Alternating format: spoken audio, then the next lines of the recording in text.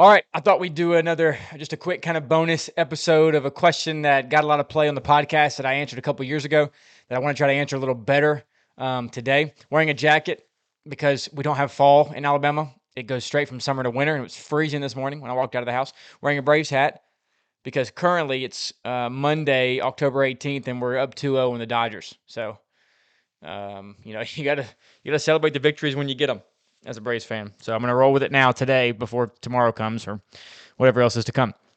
But question, will there be animals in heaven? Will there be animals in heaven? Now, let me say this quickly to set the groundwork. The Bible wants you to distinguish clearly between humans and animals. Okay, it wants you to see a very strong,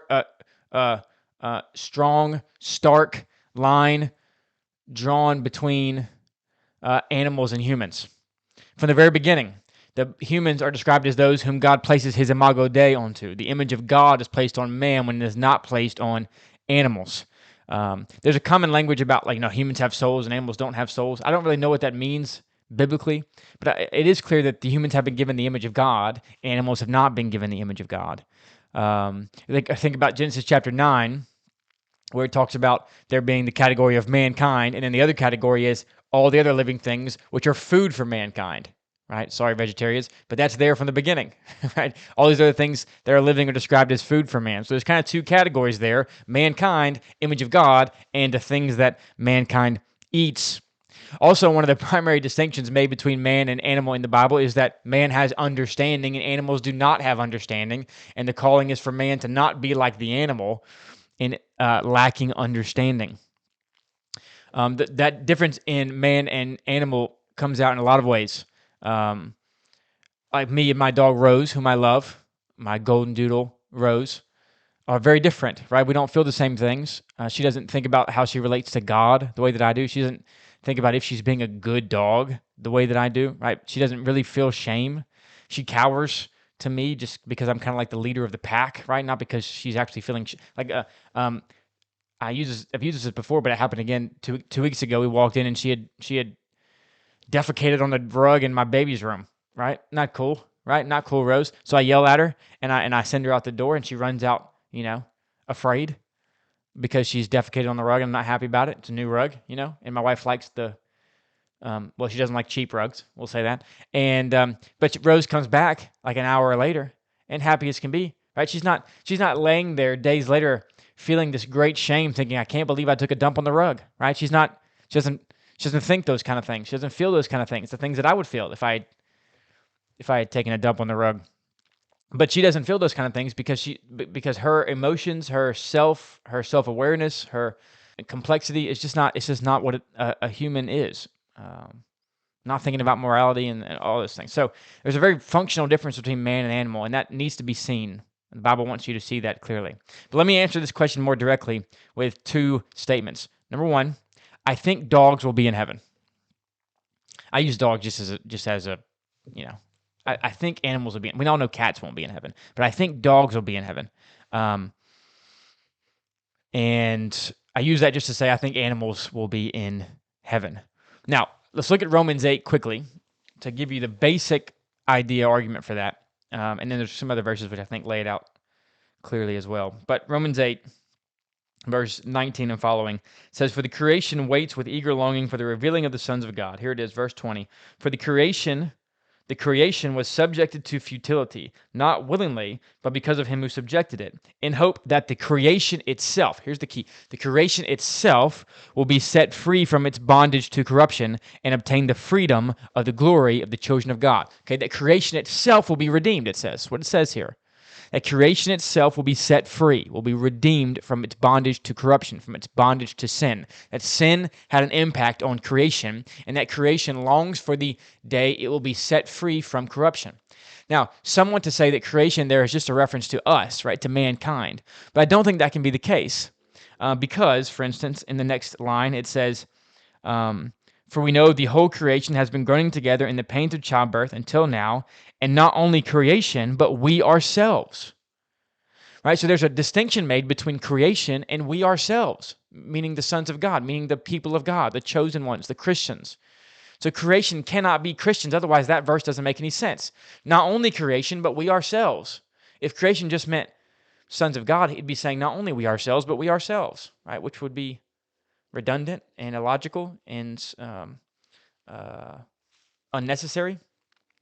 So what we have with creation seems to be the natural meaning of the word creation, that creation itself will be redeemed, which means the things that God created, plants and animals and mountains and valleys and waterfalls and everything that was corrupted by sin will be redeemed.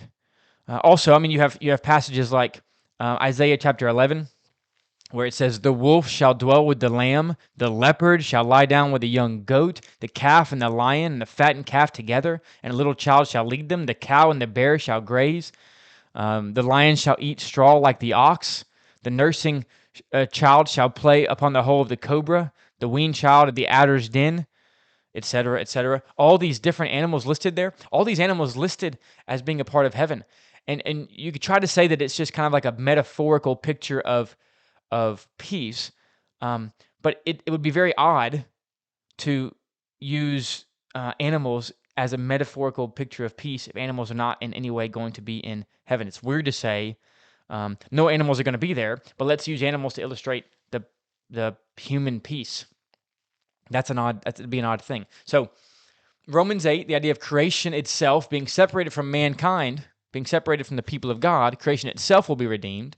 And these references throughout the Old Testament to heaven being apparently filled with animals. I think there's a good, strong case to be made that animals will be in heaven. It seems like they're actually and really going to be there. On top of that, I don't think that when God created all these things, that God created them all as good creations, as beautiful things that he made, just to destroy them all, just to get rid of them all as temporary things. But when he said it was good, I actually think that he meant that it was good. I've heard it said before that God didn't create the five senses of taste and touch and smell and all those things just to destroy them, just to last for a short period of time in comparison to eternity, and then get rid of them. But these things were created because they were good things. And animals, by extension, along with plants and waterfalls and the beauty of everything you see in the world, was created because it is good and beautiful and is glorifying to God and is glorifying to God here and will be glorifying to God in eternity. It's a means by which God is glorifying himself here and a means by which he will glorify himself in eternity. It's hard to imagine all that will be gone, things that he created as good things. So, firstly, number one, I think dogs, animals, will be in heaven. Now, number two is I don't know if your dog will be in heaven.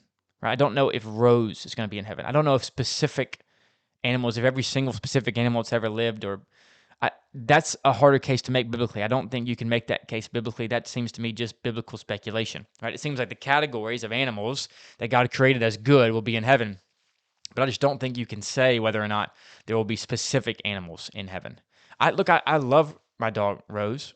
I hope Rose is in heaven with me. Maybe she will be, but I don't know if you can say that biblically. I don't know if Rose will or Rose won't. I think a lot of times we anthropomorphize our animals and make them more human than they really are, and I do that with Rose, I'm confident, and place upon her emotions that she's not really feeling and all those things, But and so because of that, we put more in that relationship than maybe is logical.